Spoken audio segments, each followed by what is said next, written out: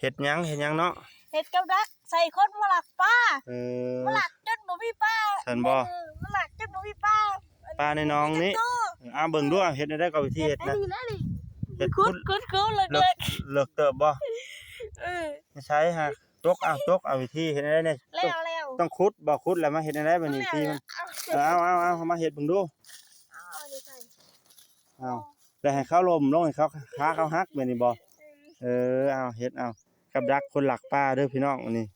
ฝากกดไลค์กดแชร์กดติดตามช่อง YouTube อันนี้เด้อพี่น้องวิธีอัน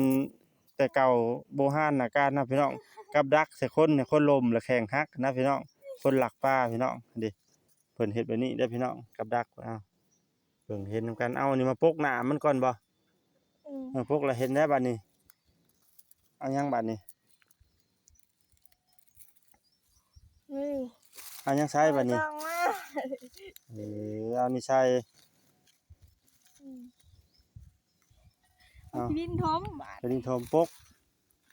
มันได้บ่คือมาเป็นปล่องในนี้ฮะกับดักคนหลักปลาพี่น้องแบบสิเด้อพี่น้องกับดักเฮ็ดเป็นคุ้มแล้วก็เอาอันมาปกไว้อยู่บ่เฮ็ดงามๆนี่ตินั่นน่ะมันก็บ่ได้อยู่ได้นะเฮ็ดเอาเบิ่งกับดักคนหลักปลา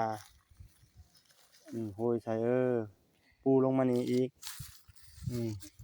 เบิ่งอันนี้นี่ตรงนี้ได้แล้วเนาะเบิ่งนี่กับดักเลยกับดักคนหลักปลามันเจ็บสีบ่ได้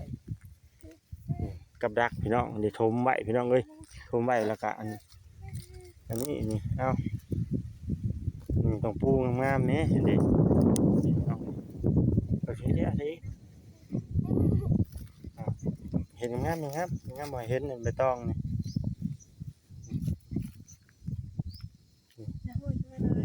เห็นกับดักแล้วบาดนี้ย่ำกระดักเลยคนมีข้านขาหักแน่นอนเขางอ10มื้อก็บ่ตื่นแน่นอน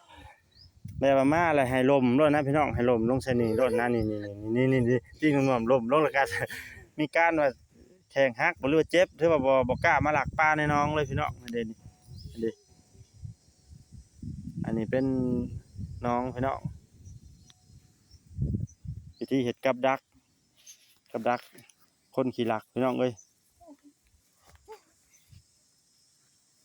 ใช้แล้วบ่ตรงนี้พี่น้องนี่จับได้พี่น้องนี่ตรงนี้นี่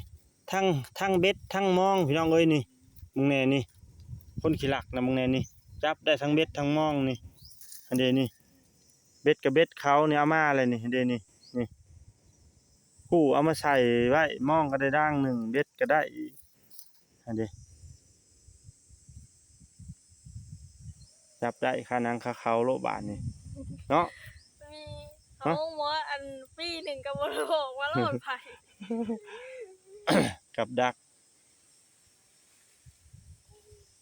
ถ้าซ้อมมึงเด้อพี่น้องเด้อมันสิเป็นจังไดต่อไปสิมาเห็นหนังห้องโอกอยู่บ่กับดักฝากกดติดตามหน่อยเด้อพี่น้องสบายดีพี่น้อง